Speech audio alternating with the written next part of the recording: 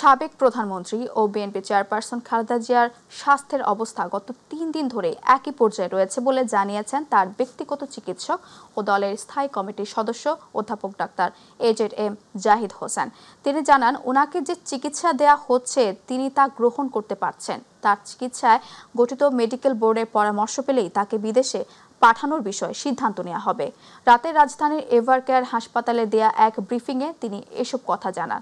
জাহিদ হোসেন বলেন, খালেদা জিয়ার চিকিৎসার ব্যাপারে আমরা যুক্তরাজ্য, সৌদি আরব, চীন, যুক্তরাষ্ট্রের বিভিন্ন হাসপাতালের চিকিৎসকদের সঙ্গে যৌথভাবে আলাপ করছি। এর ভিত্তিতেই তারা চিকিৎসা অব্যাহত আছে এবং তা থাকবে।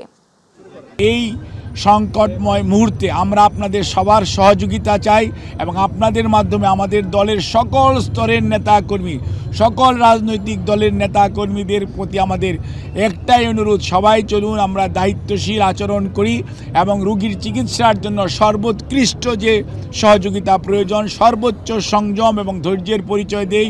ইনশাআল্লাহ এত মানুষের দোয়া আল্লাহ রাব্বুল আলামিন নিশ্চয়ই দেশনেত্রী বেগম খালেদা জিয়াকে সুস্থ করবেন। কুষ্টিয়ায় ৬ জনকে হত্যাসহ মানবতা বিরোধী অপরাধের মামলায় জাসদ নেতা হাসানুল হক ইনুর বিরুদ্ধে সূচনা বক্তব্য সাক্ষ্য গ্রহণ অনুষ্ঠিত হবে আজ। আন্তর্জাতিক অপরাধ ট্রাইব্যুনাল ২-এ সাক্ষ্য গ্রহণ হওয়ার কথা রয়েছে। এদিকে আনুষ্ঠানিক অভিযোগ গঠনের বিরুদ্ধে রিভিউ করেছেন ইনু। এই নিয়ে আজ ট্রাইব্যুনালের আদেশ আসতে পারে। কুষ্টিয়ায় ৬ জনকে হত্যার এই মামলায় জুলাই আগস্টের আন্দোলন দমনে শেখ হাসিনার সঙ্গে ফোন আলাপের মাধ্যমে কমান্ড রেসপন্সিবিলিটির অভিযোগ আনা হয়। এদিকে আওয়ামী লীগ সরকারের শাসনামলে গুম খুনের অভিযোগ মানবতা বিরোধী অপরাধের মামলায় সাবেক অতিরিক্ত পুলিশ সুপার আলেপ উদ্দিন ও সাবেক এএসপি মশিউর রহমানের বিরুদ্ধে তদন্ত প্রতিবেদন দাখিল হতে পারে আজ। সকালে তাদের দুজনকেই হাজির করা হয় ট্রাইব্যুনালে। দর্শক, এই মুহূর্তে ট্রাইব্যুনালে আছেন সহকর্মী SM আরিফ, যুক্ত হচ্ছি তার সাথে। আরিফ, ট্রাইব্যুনালের আজকের কার্যক্রমের কি খবর আছে আপনার কাছে জানাবেন। মারিয়া, এই ট্রাইব্যুনাল ২-এ আজকে ইনুর বিরুদ্ধে যে ৮টি অভিযোগ এনে বিচার শুরু হয়েছে, সেই অভিযোগের সূচনা বক্তব্য কিন্তু আজকে প্রসিকিউশনের পক্ষ থেকে শুরু হবে এবং সূচনা বক্তব্যের পর আজকে প্রথম সাক্ষীর সাক্ষ্য গ্রহণের কথা রয়েছে। তবে সেটি এখন পর্যন্ত সেই কোর্টটি কিন্তু বসে নাই। আমরা দেখতে পাচ্ছি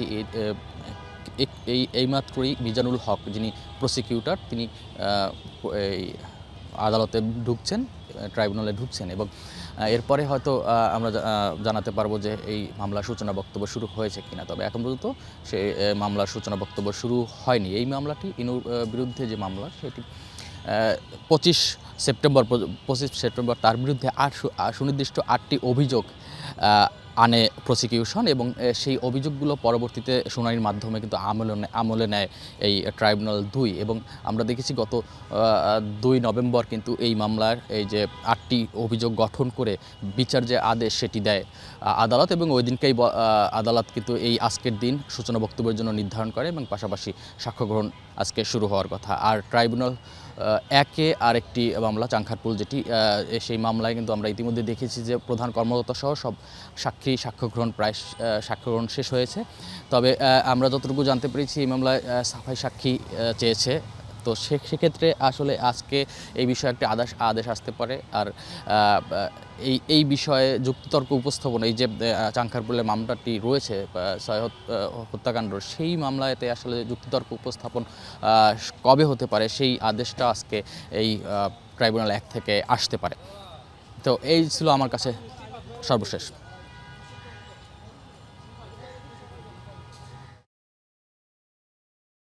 ট্রাইব্যুনাল থেকে সর্বশেষ খবর জানাচ্ছিলেন আমাদের সহকর্মী আরিফ। যাচ্ছি পরবর্তী সংবাদে। বিএনপি স্থায়ী কমিটির সদস্য গয়েশ্বর চন্দ্র রায় বলেছেন, আসন্ন জাতীয় নির্বাচনে বিএনপির বিকল্প কেউ নেই। আর যারা আছেন তারা সাম্প্রদায়িক শক্তি ফ্যাসিবাদের চেয়ে আরও বেশি ভয়ঙ্কর। শনিবার মুন্সিগঞ্জের সিরাজদি খান উপজেলায় শেখরনগরের স্কুল মাঠে মুন্সিগঞ্জ ১ আসনে বিএনপির প্রার্থী শেখ আবদুল্লাহর সমর্থনে আয়োজিত নির্বাচনী সমাবেশে প্রধান অতিথির ভাষণে এই কথা বলেন তিনি। গয়েশ্বর চন্দ্র রায় তার ভাষণে বলেন, খালেদা জিয়া জাতির বটবৃক্ষ, তার যদি কিছু হয়ে যায় দেশ সংকটে পড়ে যাবে। পঞ্চগড়ে জাতীয় নাগরিক পার্টি কমিটির মুখ্য সংগঠক সার্জিস আলম বলেছেন, যারা সংখ্যালঘু কিংবা সংখ্যায় কম তারা যদি অন্য কোনো ব্যক্তি, নেতা বা রাজনৈতিক দল কারো দ্বারা বিন্দুমাত্র হুমকি, হয়রানি কিংবা জুলুমের শিকার হন, এনসিপি তাদের পাশে দাঁড়াবে। রাতে পঞ্চগড়ে বোদা উপজেলায় কমিটি প্রকাশ ও আলোচনা সভা অনুষ্ঠানে প্রধান অতিথির বক্তব্যে তিনি একথা বলেন। অন্য যে কোনো দলের যারা ভালো কাজ করবে সেই দলেই হোক না কেন তাদের সমর্থন ও সহযোগী করা হবে বলে জানান সার্জিস। আপাতত 11তম গ্রেডে বেতন ভাতা সহ 3 দফা বাস্তবায়নের দাবিতে আজ থেকে পরীক্ষা বর্জন সহ সারা দেশে লাগাতার কর্মসূচি পালন করেছেন প্রাথমিক বিশ্ববিদ্যালয়ের সহকারী শিক্ষকরা। তিনি বলেছেন, অর্থ মন্ত্রণালয় ও প্রাথমিক ও গণশিক্ষা মন্ত্রণালয়ের সচিব সহ ঊর্ধ্বতন কর্মকর্তাদের সঙ্গে আলোচনায় সিদ্ধান্ত অনুযায়ী আশ্বাসের পর 18 দিন পার হয়েছে। অদ্যাবধি 3 দফা দাবির মধ্যে আপাতত 11তম গ্রেডের প্রজ্ঞাপন জারি ও অন্যান্য দাবি বাস্তবায়নে কাঙ্ক্ষিত দৃশ্যমান অগ্রগতি হয়নি। অর্থ মন্ত্রণালয়ের কমিটমেন্ট অনুযায়ী আপাতত 11তম গ্রেড সহ 3 দফা দাবি বাস্তবায়নে দৃশ্যমান অগ্রগতি না হওয়ায় যথারীতি আগের মতো পরীক্ষা বর্জন সহ লাগাতার পূর্ণ দিবস কর্মবিরতি কর্মসূচি চলবে। হলমার্ক গ্রুপের ব্যবস্থাপনা পরিচালক মোহাম্মদ তানভীর মাহমুদ হাসপাতালে চিকিৎসাধীন অবস্থায় মারা গেছেন। শনিবার রাত 10:30টার দিকে ঢাকা মেডিকেল কলেজ হাসপাতালে চিকিৎসাধীন অবস্থায় তার মৃত্যু হয়। কারা অধিদপ্তরের সহকারী কারা মহাপরিদর্শক মোহাম্মদ জান্নাত উল ফরহাদ জানান, তানভীর মাহমুদ কারাগারে দীর্ঘদিন ধরে অসুস্থ ছিলেন। শনিবার দুপুরে অসুস্থতা বেড়ে গেলে তাকে কেরানীগঞ্জের ঢাকা কেন্দ্রীয় কারাগার থেকে ঢাকা মেডিকেল কলেজ হাসপাতালে নেওয়া হয়। রাত 10:30টার দিকে চিকিৎসক তাকে মৃত ঘোষণা করেন। কারা অধিদপ্তর থেকে পাঠানো এক সংবাদ বিজ্ঞপ্তিতে জানানো হয়, তিনি দীর্ঘদিন ধরে গুরুতর অসুস্থ ছিলেন।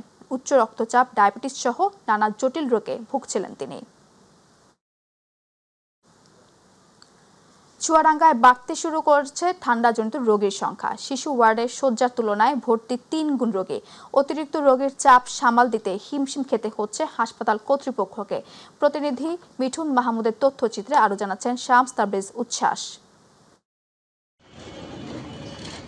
আবহাওয়া পরিবর্তনের কারণে চুয়াডাঙ্গায় বেড়েছে শীতজনিত রোগীর সংখ্যা। ঠান্ডা বাতাস আর রোটা ভাইরাসের প্রাদুর্ভাবে সদর হাসপাতালে শিশুদের ডায়রিয়া ও নিউমোনিয়া রোগীদের সংখ্যা বেড়ে গেছে কয়েক গুণ।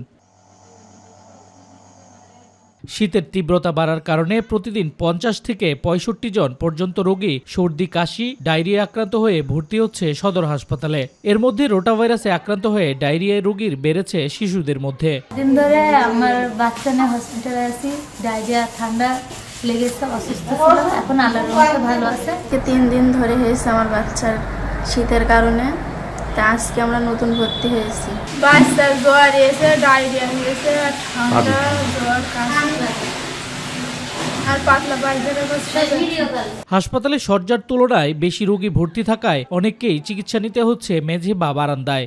এতে ভোগান্তির পাশাপাশি সুস্থতার হারও কমে গেছে। ডাক্তার, নার্সদেরও সামাল দিতে হচ্ছে অতিরিক্ত চাপ। আমার পত্নী 3 দিন ডায়রিয়া হয়েছে, আমরা আজ নতুন ভর্তি হয়েছি। ওষুধপালা সব বাইরে থেকে কিনে আসছি। আগে হলাম বাড়ি ছিলাম না, কালকে বাড়ি আলাম। চিকিৎসকেরা বলছে আতঙ্কের কিছু নেই, তবে পরিবারের সচেতনতা এখন সবচেয়ে গুরুত্বপূর্ণ। শীত থেকে রক্ষা পেতে হলে বাচ্চাদেরকে 6 মাস পর্যন্ত শুধুমাত্র বুকের দুধ খেতে হবে, খাওয়াতে হবে, আর ইপিআই ভ্যাকসিন যেগুলো সময় মতো দিতে হবে। তাদের মাথার টুপি, হাত মোজা, পা মোজা, গায়ে গরমের কাপড় পরে বাইরে বের করলে বের হবে।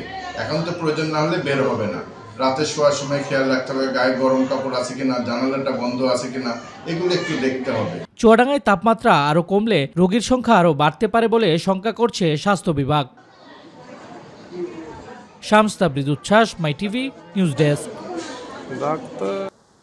নরবরে ভাঙা সাঁকো কাঠ সরে গিয়ে মাঝখানে তৈরি হয়েছে ফাঁকা জায়গা। প্রতিদিনই পা ফসকে ঘটছে ছোট বড় দুর্ঘটনা। তবু জীবনের ঝুঁকি নিয়ে বিদ্যালয়ে যেতে বাধ্য কোমলমতি শিক্ষার্থীরা। টাঙ্গাইলে নাগরপুর উপজেলার বেগনা উত্তরপাড়া সরকারি প্রাথমিক বিদ্যালয়ের শিক্ষার্থীদের এই দুর্দশা দীর্ঘদিনের। যে কোনো সময় ঘটতে পারে বড় ধরনের দুর্ঘটনা। প্রতিনিধি মোহাম্মদ আনিস খানের পাঠানো তথ্যচিত্রে বিস্তারিত জানাচ্ছেন জুবাইর রহমান। 1983 সালে প্রতিষ্ঠিত টাঙ্গাইলের নাগরপুর উপজেলার মেঘনা উত্তরপাড়া সরকারি প্রাথমিক বিদ্যালয় 4 দশক পেরোলেও উন্নয়নের ছোঁয়া মেলেনি। বিদ্যালয়ে যাতায়াতের একমাত্র কাঠের সাঁকোটি এখন মারাত্মক ঝুঁকিপূর্ণ। কাঠামোতে ফাটল, নিচের মাটি ধসে পড়েছে, বিভিন্ন স্থানে কাঠ পচে তৈরি হয়েছে বড় বড় ফাঁকা জায়গা, আর এখানেই ঘটছে প্রতিদিনের দুর্ঘটনা। বর্ষা মৌসুমে সাঁকোটি আরও পিচ্ছিল হয়ে পড়ে, খালের পানি বাড়লে বেড়ে যায় ঝুঁকি। এসব কারণে শিক্ষার্থীর সংখ্যা কমে নেমে এসেছে মাত্র 84 জনে। ভাঙা পুল দিয়ে আসতে আমার অনেক কষ্ট হয়। ভাঙা সেতুটি যে কোনো সময় আমরা পড়ে যেতে পারি। আমরা সরকারের কাছে একটি আবেদন জানাচ্ছি, আমাদের এই সাঁকোটা যেন দ্রুত নির্মাণ করে দেয়। শুধু শিক্ষার্থীই নয়, আশপাশের 4টি গ্রামের মানুষ এই সাঁকো ব্যবহার করেন প্রতিদিন। বারবার বিভিন্ন দপ্তরে গিয়েও মেলেনি কোনো সমাধান। তাই দ্রুত একটি স্থায়ী ব্রিজ নির্মাণের দাবি এলাকাবাসীর। মেঘনা সরকারি প্রাথমিক বিদ্যালয়ের পাশে একটি ভাঙ্গা ব্রিজটি খুব বিপজ্জনক। এখানে বাচ্চাদের আসতে অনেক কষ্ট হয়, আপনাদের বৃষ্টির মধ্যে কষ্ট, এমনি সব দিক দিয়ে কষ্ট। আমরা সরকারের কাছে আবেদন এইটুকুই রাখি যে আমাকে এই জিনিসটুকু আমাকে করে দিলে আমরা তাতে সরকারের কাছে হয়তো খুব খুশি হব আর কি। এ বিষয়ে ব্যবস্থা নেওয়ার অনুরোধ ইতিমধ্যে সংশ্লিষ্ট দপ্তরে জানানো হয়েছে বলে জানান বিদ্যালয়ের প্রধান শিক্ষক। অপরদিকে শিক্ষার্থীদের নিরাপত্তাকে সর্বোচ্চ গুরুত্ব দিয়ে দ্রুত ব্যবস্থা গ্রহণের আশ্বাস দিলেন উপজেলা প্রাথমিক শিক্ষা কর্মকর্তা। অনেক দেরি হয়ে গেছে, এখন একেবারে ভেঙে গেছে, যা বাচ্চাদের চলাচলের জন্য বিশেষ অসুবিধার কারণ হয়ে দাঁড়িয়েছে। কোমলমতি শিক্ষার্থীদের নিরাপত্তার স্বার্থে আমরা চাহিদা দিয়েছি এবং উপজেলা প্রশাসন নজরদারিতে এই বিষয়টা আছে। শিগগিরই ঝুঁকিমুক্ত শিক্ষার পরিবেশ তৈরি হবে এ বিদ্যালয়ের কোমলমতি শিশুদের জন্য, এমনটাই প্রত্যাশা সকলের। জুবাইর রহমান, মাই টিভি নিউজ। এবারে আমাদের কৃষি।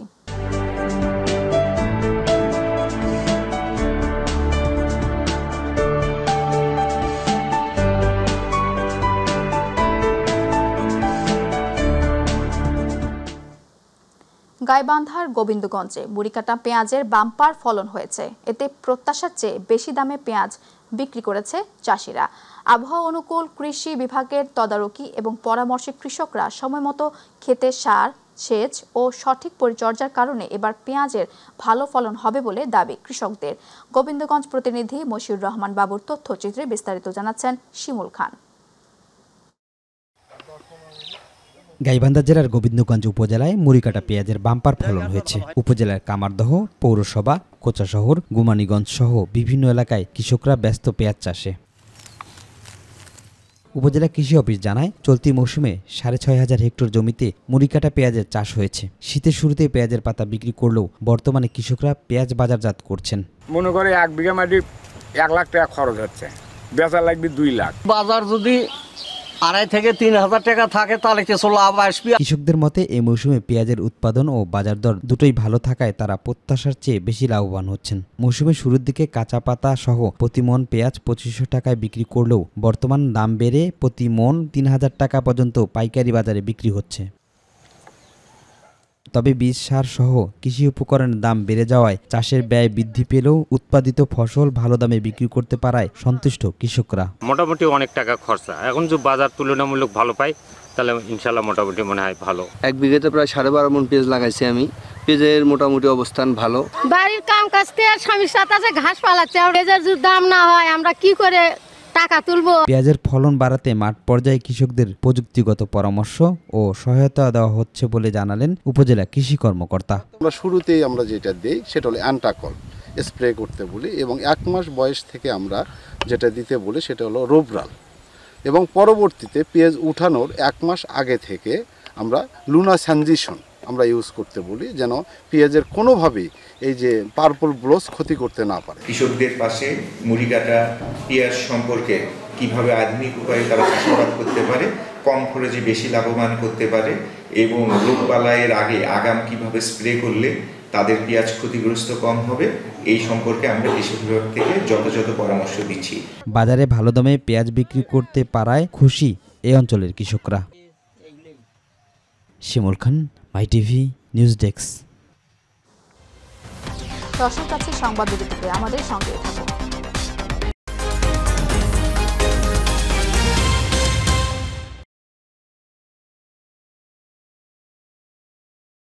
বিএনপির চেয়ারপারসন ও সাবেক প্রধানমন্ত্রী বেগম খালেদা জিয়ার দ্রুত আরোগ্য ও সুস্থতা কামনায় গাজীপুরের টঙ্গীতে দোয়া ও মিলাদ মাহফিল অনুষ্ঠিত হয়েছে। সরকার বাড়ি দলীয় কার্যালয়ে আয়োজিত মাহফিলে অনুষ্ঠানে প্রধান অতিথি ছিলেন বিএনপির কেন্দ্রীয় শ্রমিক দলের কার্যকরী সভাপতি সালাউদ্দিন সরকার। আরও উপস্থিত ছিলেন টঙ্গী পূর্ব থানা বিএনপি সাবেক সভাপতি শরফত হোসেন, মহানগর শ্রমিক দলের সদস্য সচিব আব্দুল মোমেন, মহানগর ছাত্র দলের সিনিয়র যুগ্ম সম্পাদক মমিনুর রহমান সহ বিএনপি ও অঙ্গ সহযোগী সংগঠনের বিভিন্ন পর্যায়ের নেতাকর্মীরা। মাহফিল শেষে বেগম খালেদা জিয়ার সুস্থতা সহ দেশের শান্তি, সমৃদ্ধি ও মঙ্গল কামনায় বিশেষ মোনাজাত পরিচালনা করা হয়। দিনাজপুরের পার্বতীপুরে জংশন রেল স্টেশনে বিভিন্ন প্ল্যাটফর্মে আলো স্বল্পতার কারণে জনদুর্ভোগ নিয়ে মাই টিভিতে সংবাদ প্রচারের পর বিষয়টি নজরে আসে সংশ্লিষ্ট কর্তৃপক্ষের। এই ঘটনায় রেলওয়ে বিদ্যুৎ বিভাগের পক্ষ থেকে 4 লাইনের জংশন খ্যাত স্টেশনটির বিভিন্ন প্ল্যাটফর্ম, ওভারব্রিজ ছাড়াও স্টেশন এলাকায় পর্যাপ্ত আলোর ব্যবস্থা করা হয়। সংবাদ প্রচারের পর স্টেশন এলাকায় আলো ফেরার কারণে মাই টিভি সহ সংশ্লিষ্টদের ধন্যবাদ জানিয়েছেন স্থানীয়রা। কিছুদিন আগে লাইটগুলো বন্ধ থাকার কারণে সাধারণ যাত্রী এবং স্থানীয় যারা আছে চলাচলের জন্য বেশ সমস্যা হয়েছিল। মাই টিভিতে সংবাদ প্রচারের পর লাইটগুলো পুনরায় চালু হয়েছে, এজন্য মাই টিভিকে ধন্যবাদ। চুয়াডাঙ্গা জীবননগর উপজেলার গয়েশপুর সীমান্তে ভারতের অভ্যন্তরে দেশটির সীমান্ত রক্ষী বাহিনীর বিএসএফ গুলিতে শহীদুল ইসলাম শহীদ নামে এক বাংলাদেশি নিহত হয়েছে। শনিবার উপজেলার গয়েশপুর সীমান্তের ৭০ নম্বর পিলারের কাছে ভারতের অভ্যন্তরে মাটিআড়ি এলাকায় এই ঘটনা ঘটে।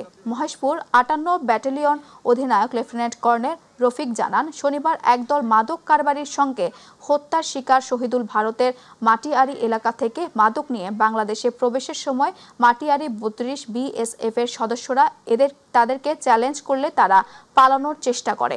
এ সময় শহীদুলের সঙ্গীরা পালিয়ে গেলেও শহীদুল বিএসএফ এর গুলিবিদ্ধ হয়। চট্টগ্রাম বন্দর নিয়ে সরকার জনগণের সাথে তামাশা করেছে বলে মন্তব্য করেছেন গণ অধিকার পরিষদের সাধারণ সম্পাদক রাশেদ খান। এই বন্দর ইজারা দেয়া বাংলাদেশের স্বাধীনতা ও সার্বভৌমত্বের জন্য হুমকি বলেও মন্তব্য করেন তিনি। শনিবার ঝিনাইদহের হরিণাকুণ্ড উপজেলার জোড়াদহ বাজারের গণসংযোগ শেষে সাংবাদিকদের এক প্রশ্নের জবাবে তিনি কথা বলেন। সরকারি উপদেষ্টাদের সমালোচনা করে রাশেদ খান বিদেশিদের খুশি করতেই বন্দর ইজারা দেয়া হয়েছে। জামালপুরে ইসলামপুরে জামায়াত ইসলামের অর্ধশতাধিক নেতাকর্মী বিএনপিতে যোগদান করেছেন। উপজেলার কুলকান্দি খানবাড়ি বিএনপির দলীয় কার্যালয়ে জামালপুর ২ ইসলামপুর আসনে বিএনপির দলীয় মনোনয়ন প্রত্যাশী শরীফুল ইসলাম খান ফরহাদের হাতে হাত রেখে আনুষ্ঠানিকভাবে বিএনপিতে যোগ দেন তারা। এ সময় নতুন নেতাকর্মীরা বিএনপির সদস্য পদ সহ গ্রহণ করেন। জামায়াতে ইসলামের কুলকান্দি ১ নম্বর ওয়ার্ডের সভাপতি এরশাদ খন্দকার, সাধারণ সম্পাদক নাসিম উদ্দিন ও সহসভাপতি সোনাহার খন্দকার সহ প্রায় অর্ধশতাধিক নেতাকর্মী বিএনপিতে যোগদান করেন।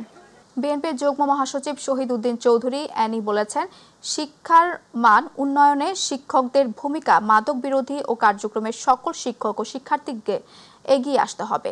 পুঁথিগত বিদ্যায় পাশাপাশি অতিরিক্ত পাঠ্যক্রমে জড়িত থাকলে বাংলাদেশ বদলে যাবে। বিশেষ করে লক্ষ্মীপুরকে বদলে দিতে হবে। শনিবার Lakshmipur national ideal school and কলেজের প্রাঙ্গণে আয়োজিত আইডিয়াল ফাউন্ডেশনের বৃত্তি প্রদান অনুষ্ঠানে প্রধান অতিথির বক্তব্যে তিনি এসব কথা বলেন। বিএনপির কেন্দ্রীয় নির্বাহী কমিটির সদস্য মোহাম্মদ আলী বলেছেন, বিএনপির চেয়ারপারসন বেগম খালেদা জিয়ার সুস্থতা কামনায় দেশবাসীর সকলের কাছে দোয়া চেয়েছেন এবং বিএনপির চেয়ারপারসন অসুস্থ, তাকে যে কোনো সময় বিদেশে পাঠানো যেতে পারে। তবে তারেক রহমান আসবে না এখনো বলা যাচ্ছে না। টাঙ্গাইলের মধুপুরে খালেদা জিয়ার সুস্থতা কামনায় দোয়া মাহফিল অনুষ্ঠানে সাংবাদিকদের প্রশ্নের জবাবে তিনি এসব কথা বলেন। ব্রাহ্মণবাড়িয়ার নাসিরনগরে বিএনপি চেয়ারপারসন খালেদা জিয়ার রোগ মুক্তি কামনায় দোয়া ও ৩১ দফা বাস্তবায়নের লক্ষ্যে মতবিনিময় সভা হয়েছে। শনিবার কলেজ মোড়ে আয়োজিত সভায় প্রধান অতিথি ছিলেন ব্রাহ্মণবাড়িয়া উপজেলা বিএনপির সভাপতি এম.এ. হান্নান, সদর ইউনিয়ন বিএনপির সভাপতি সৈয়দ আবু সারওয়ার সভাপতিত্বে ও সাধারণ সম্পাদক ওবায়দুল হক ও আব্দুল বাতেন শরীফের সঞ্চালনায় বিশেষ অতিথি ছিলেন উপজেলা বিএনপির সাংগঠনিক সম্পাদক আলী আজম চৌধুরী, সাবেক সদস্য সচিব আজিজুর রহমান চৌধুরী সহ আরও অনেকে। বিএনপি চেয়ারপারসন বেগম খালেদা জিয়ার রোগ মুক্তি কামনায় লালমনিরহাটে দোয়া ও মাহফিল অনুষ্ঠিত হয়েছে। শনিবার জেলা বিএনপির অস্থায়ী কার্যালয়ে হামার বাড়িতে জেলা বিএনপির উদ্যোগে এ দোয়া মাহফিল অনুষ্ঠিত হয়। এতে প্রধান অতিথি ছিলেন জেলা বিএনপির সভাপতি, বিএনপির জাতীয় নির্বাহী কমিটির সাংগঠনিক সম্পাদক অধ্যক্ষ আসাদুল হাবিব দুলু, জেলা বিএনপির সিনিয়র সহসভাপতি ফজলুল হক সরকারের সভাপতিত্বে জেলা বিএনপির সহসভাপতি রফিকুল ইসলাম, যুগ্ম সাধারণ সম্পাদক AKM মমিনুল হক সহ নেতাকর্মীরা উপস্থিত ছিলেন। বিএনপি চেয়ারপারসন বেগম খালেদা জিয়ার দ্রুত রোগ মুক্তি কামনায় চট্টগ্রামের সন্দ্বীপে বিশেষ দোয়া ও মোনাজাত অনুষ্ঠিত হয়েছে। দোয়ার আয়োজন করেন বিএনপির জাতীয় নির্বাহী কমিটির সদস্য মিজানুর রহমান ভূঁইয়া মিল্টন। দোয়া মাহফিলে অংশ নেন উপজেলা বিএনপির নেতাকর্মী সহ বিভিন্ন সামাজিক ও রাজনৈতিক সংগঠনের প্রতিনিধিরা।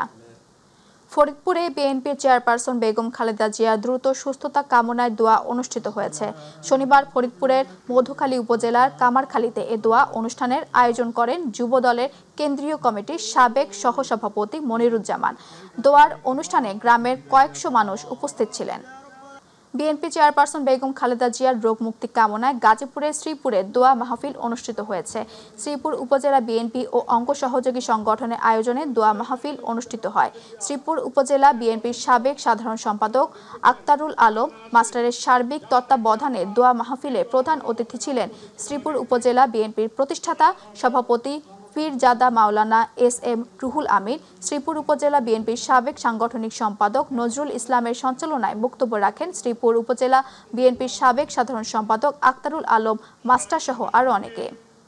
মানিকগঞ্জের দৌলতপুরে বিএনপির চেয়ারপারসন ও সাবেক প্রধানমন্ত্রী বেগম খালেদা জিয়ার রোগ মুক্তি কামনায় বিশেষ দোয়া মোনাজাত অনুষ্ঠিত হয়।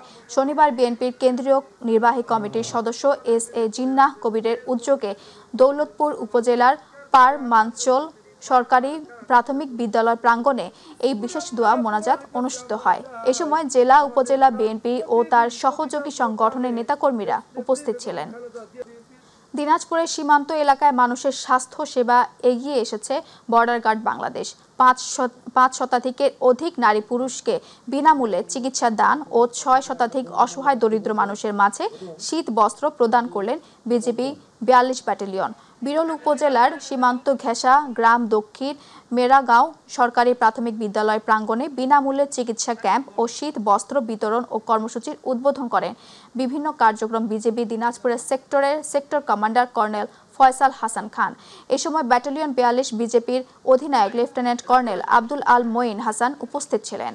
টাঙ্গাইলে মির্জাপুরে সাংবাদিক হোসেনে জুবাইরির স্মরণে শোক সভা অনুষ্ঠান অনুষ্ঠিত হয়েছে। গতকাল মাগরিবের নামাজের পর রিপোর্টার্স ইউনিটি মিলনায়তনে এই শোক সভা অনুষ্ঠান অনুষ্ঠিত হয়। শোক সভায় সভাপতিত্ব করে রিপোর্টার্স ইউনিটির সাবেক সভাপতি মীর আনোয়ার হোসেন টুটুল। অনুষ্ঠানটির সঞ্চালনা করেন সাবেক সাধারণ সম্পাদক মোহাম্মদ নাজমুল ইসলাম। অনুষ্ঠানে অতিথি ছিলেন বিএনপির জাতীয় নির্বাহী কমিটির শিশু বিষয়ক সম্পাদক আবুল কালাম আজাদ সিদ্দিকী। বিশেষ অতিথি ছিলেন উপজেলার সহকারী কমিশনার ভূমি ও পৌর প্রশাসক তারেক আজিজ। গাজীপুরের কালিয়াকৈরে শাহীন স্কুলের উদ্যোগে বার্ষিক চিত্রাঙ্কন প্রতিযোগিতা, চিলড্রেন কম্পিটিশন ও শিক্ষক সম্মাননা অনুষ্ঠান অনুষ্ঠিত হয়েছে। উপজেলার শফিপুরে শাহীন স্কুল শফিপুর শাখার পরিচালক ইকবাল হোসেনের সভাপতিত্বে অনুষ্ঠানে প্রধান অতিথি ছিলেন শাহীন স্কুল গাজীপুর শাখার পরিচালক মোহাম্মদ মফিজ উদ্দিন মাফি। শিক্ষার্থীদের উদ্দেশ্যে শুভেচ্ছা বক্তব্য রাখেন প্রতিষ্ঠানের আরেক পরিচালক আওলাদ হোসেন। প্লে থেকে দশম শ্রেণী পর্যন্ত মোট 1045 জন শিক্ষার্থী অংশ নেয়। গাজীপুরে 1999 সালে এসএসসি ব্যাচের শিক্ষার্থী গাজীপুরে গ্রুপের বনভোজন ও মিলন মেলায় অনুষ্ঠিত হয়েছে। গাজীপুরে ফাল্গুন শুটিং স্পটে 99 ব্যাচের শিক্ষার্থীদের উদ্যোগে দিনব্যাপী এই মিলন মেলা উদযাপন করা হয়। এ সময় গাজীপুর জেলার 99 ব্যাচের গাজীপুর 99 গ্রুপের শিক্ষার্থী ও তাদের পরিবারের সদস্যদের উপস্থিতিতে মুখরিত হয়ে ওঠে অনুষ্ঠানটি আয়োজক কমিটির সমন্বয়ক ছিলেন এসএসসি 99 ব্যাচের শিক্ষার্থী আমিনুল ইসলাম। বিএনপির চেয়ারপারসন ও সাবেক প্রধানমন্ত্রী বেগম খালেদা জিয়ার সুস্থতা কামনায় চাঁদপুরের মতলব উত্তরে বিএনপির দোয়া মাহফিল অনুষ্ঠান অনুষ্ঠিত হয়েছে। গতকাল বিকেলে উপজেলা বিএনপি অঙ্গ ও সহযোগী সংগঠনের উদ্যোগে এ দোয়া মাহফিল অনুষ্ঠিত হয়। দোয়া মাহফিলে উপস্থিত ছিলেন বিএনপি জাতীয় নির্বাহী কমিটির সদস্য ও আগামী জাতীয় সংসদ নির্বাচনে বিএনপি মনোনীত চাঁদপুর 2 আসনের এমপি পদপ্রার্থী ডক্টর মোহাম্মদ জালাল উদ্দিন। আরও উপস্থিত ছিলেন কেন্দ্রীয় স্বেচ্ছাসেবক দলের সাবেক সহসভাপতি আজহারুল হক মুকুল, কেন্দ্রীয় যুব দলের সাবেক যুগ্ম সাধারণ সম্পাদক জিয়াউল হক জিয়া সহ বিএনপি অঙ্গ ও সহযোগী সংগঠনের নেতাকর্মীরা।